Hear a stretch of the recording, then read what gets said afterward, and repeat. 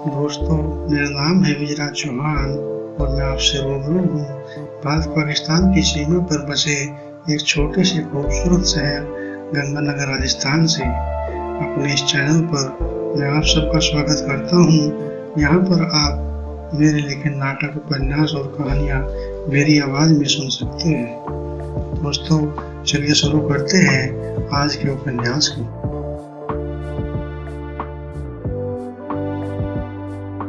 खेत की मेंढ 3-4 साल पुरानी हो चुकी थी। जगह जगह चूहे ने बिल खोदकर मिट्टी के ढेर लगाए हुए थे। दीनू आगे बढ़ा चला जा रहा था कि अचानक ही उसका पैर चूहे के एक बिल में घुस जाता है। उसे पैर में कुछ चुभने का एहसास तो हुआ, लेकिन वह तेजी से पैर निकालता है और आगे बढ़ जाता है। वह बेचारा किसान इस बात का जरा भी एहसास नहीं हुआ कि मौत उसके पैरों द्वारा उसके शरीर में प्रवेश कर चुकी है। दीनू खेत के अंतिम छोर पर पहुंचता है। दीनू गेहूं के खेत में घुस जाता है। वह पैरों से जमीन पर आते पानी को देखता है। आगे जाने पर पानी उसके पैरों से लगता है तो वह वापस मुड़ जाता है। इस समय मेंढ की घास पर पड़े पाले से उसके पैरों की उंगलियां सुन्न हो गई थी। वह लाठी के सहारे नाली पर आ जाता है और मिट्टी में सने अपने पैरों को औपचारिकता के लिए धोता है। वो घरिया के पास जाकर सुलगते उपले से हाथ और पैर तापने लगता है। घरिया, खेत भर गया या नहीं? दिल, भर गया है। दूसरे खेत में पानी काट दो, आग पर तपते दीनू ने कहा। आर्या ने फावड़ा उठाया और दूसरे खेत में पानी काटकर फिर दीनू के पास आकर बैठता है। दीनू पाँव पर हाथ फेरते हुए, पता नहीं हरिया, पैर में क्या चुभ गया है। यहाँ खून सा भी निकला हुआ है और चारों तरफ सूजन भी आ गई है।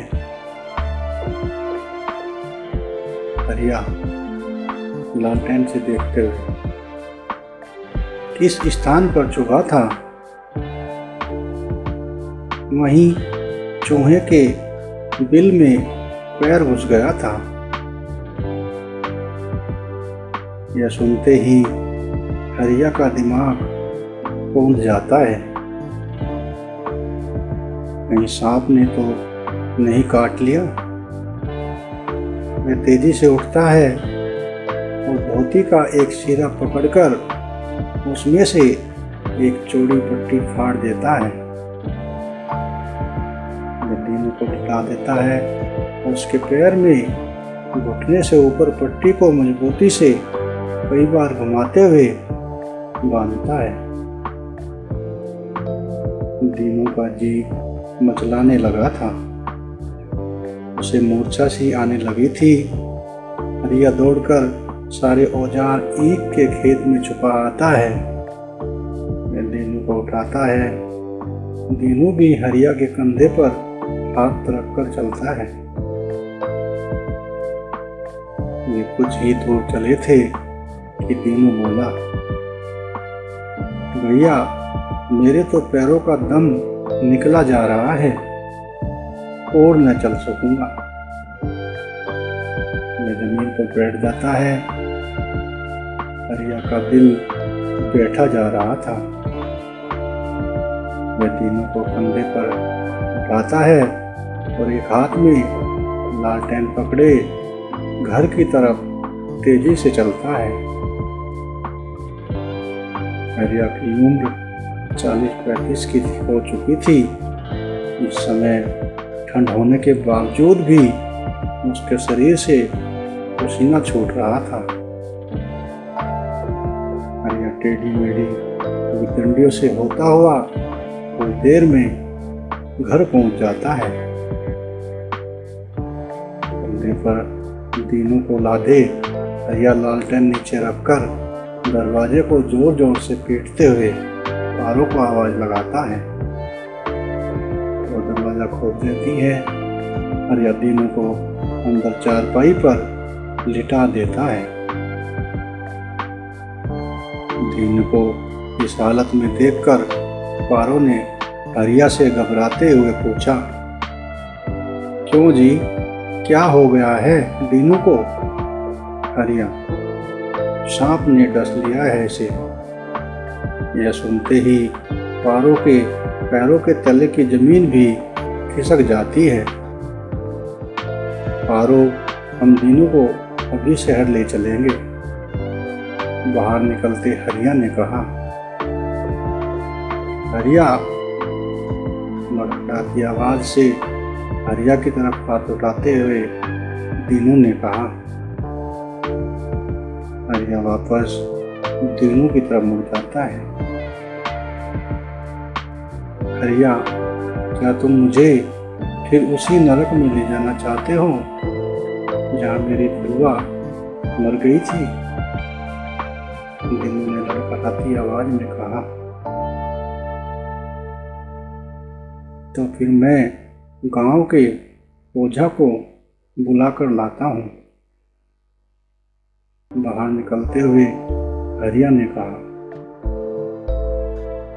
हरिया, दीनू फिर पुकारता है, परंतु हरिया एक न सुनते हुए ओझा को बुलाने के लिए उसके घर की तरफ दौड़ जाता है। दीनू की नाड़ी बंद हो चली थी। उसके मुंह से झाग से निकलने लगे थे और दीनू के हाथ पैर ठंडे पड़ गए थे। पारो चारपाई पर बैठी उसके पैरों के तलवों को रगड़ रही थी। वह एक बार दीनू को देखती तो एक बार बाहर दरवाजे की तरफ। जहर दीनू के शरीर में फैल चुका था। पारो दीनू की नाड़ी को खोलती है, परंतु उसे उसकी आड़ी कहीं नहीं मिलती। दीनू का शरीर ठंडा पड़ चुका था। पारो का गला सूखा जा रहा था। वह दीनू को हिलाती है, लेकिन दीनू की आत्मा शरीर को छोड़ चुकी थी। उसकी आंखें पथरा गई थी।